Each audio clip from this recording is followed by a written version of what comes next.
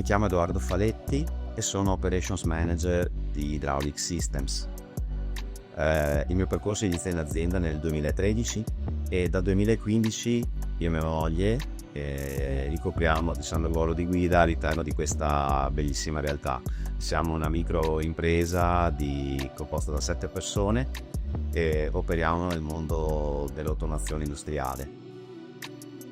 Il percorso con ENAIP ci ha dato una grandissima opportunità, dapprima con l'aiuto dell'ingegnere Alessandro Rubin, che ringrazio tantissimo.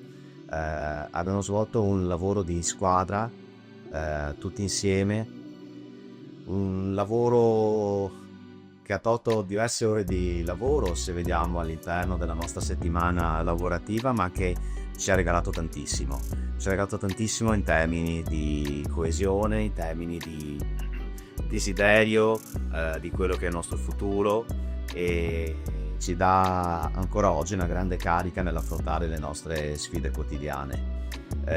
In generale il percorso intrapreso con ENAIP è stato un percorso incredibile, un percorso che ci ha dato l'opportunità di conoscere nuove aziende. Bellissimi sono i corsi fatti in modo interaziendale, dove spostandoci da una sede all'altra abbiamo modo di conoscere nuove realtà e insieme ad altre persone compiere un cammino di crescita in diversi ambiti.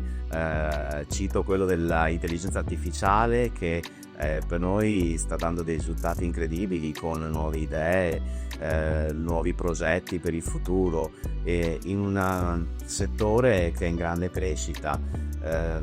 Quello che vediamo è una grande professionalità da parte dei docenti, e quindi si denota un ottimo lavoro svolto dietro le quinte da chi in ENAIP ha fatto un meraviglioso lavoro di scouting e di coordinamento, che non è facile, viste le molte aziende che partecipano e tutti i tempi che conosciamo bene.